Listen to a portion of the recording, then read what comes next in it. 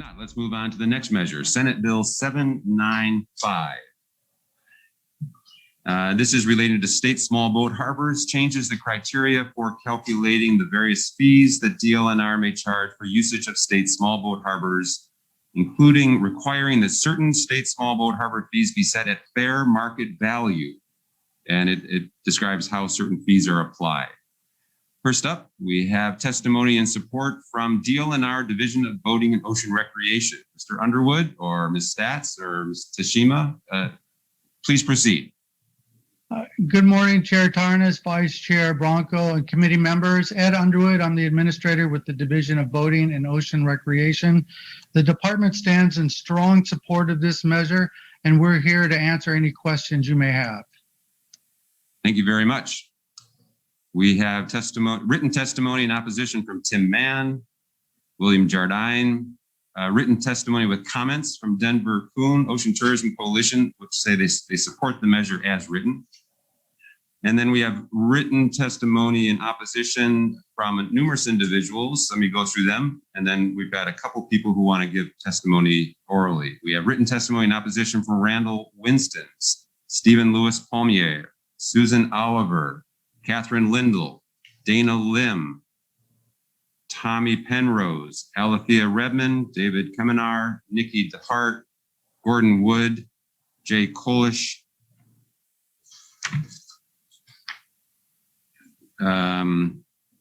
V-Dub, and Gregory Martin. And we have a few folks who would like to provide oral testimony. First one, Mr. Peter Plotznetter in opposition. Mr. Peter Plotznetter, is not able to join us, so please refer to your written testimony. Mr. James Callahan in opposition. Mr. Callahan, the floor is yours. Please proceed. Thank you, committee, for allowing me this time to testify. Basically, I oppose this bill as it's written, specifically related to principal habitation permits. I have a principal habitation permit, and what this bill tries to do is it tries to take away the mooring permit fee structure and combine it into a liveaboard permit fee structure. So basically, in my written testimony, I show that there's a use fee and there's a privilege fee, and that every boater has a right to live on their vessel, but that right can only be exercised by obtaining a principal habitation permit, which is a privilege, and it's a long wait to get that permit. And I waited many years, and that this privilege there's no extra amenities or services that a liveaboard person gets in return for that extra fee, which is fine because it's a privilege. Now, what this legislation proposes to do is it will take away the liveaboard permit fee, and it will double the mooring fees. It'll take your mooring fee and it will double that. And my reservation is that in other places on the West Coast, principal habitation permit fees are always separate from a mooring fee. And in this legislation, it wants to combine the two. It says it uses the language in lieu of instead of in addition to, and in which case I would, if I decide that I no longer wish to live on my boat and to relinquish that more principal habitation permit, but still keep my boat, how am I going to be issued a mooring permit instead of a liveaboard permit?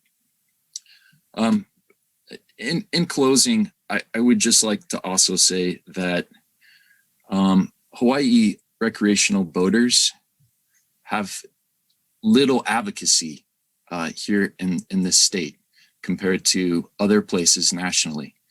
And it's individuals like myself that are not professional advocators that are coming forward and trying to advocate for boaters.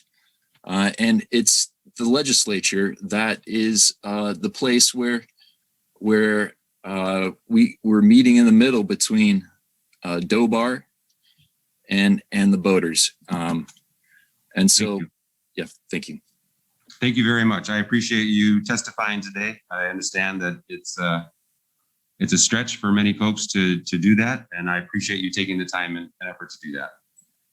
Involvement of the public is very important. Okay, we have one other testifier in person, Mr. Eric Rask, in opposition. Mr. Rask is not available. So that's all of the testifiers we have before us today. Members, any questions of our testifiers? Representative Kobayashi.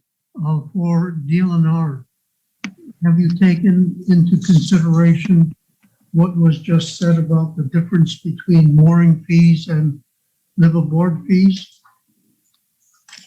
Yes, sir. They're not combined as one fee. Basically, the structure is set up similar to what we do with the commercial fees. So if you have a regular mooring fee for mooring in the harbor, and then if you elect to live on your boat, then what we do is to calculate that fee is we just do 2 times whatever the mooring fee is.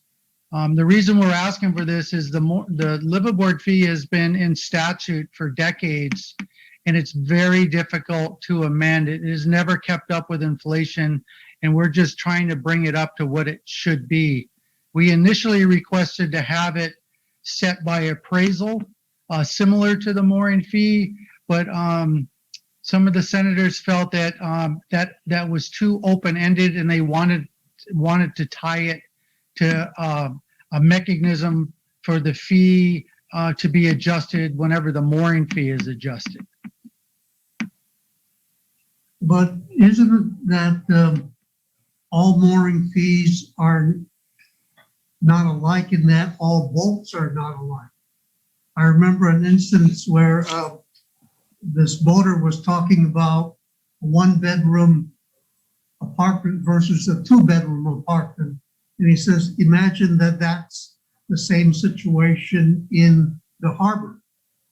That even, I mean, there, essentially what he's saying is there were many categories of boats, and within that, many categories of liveaboards.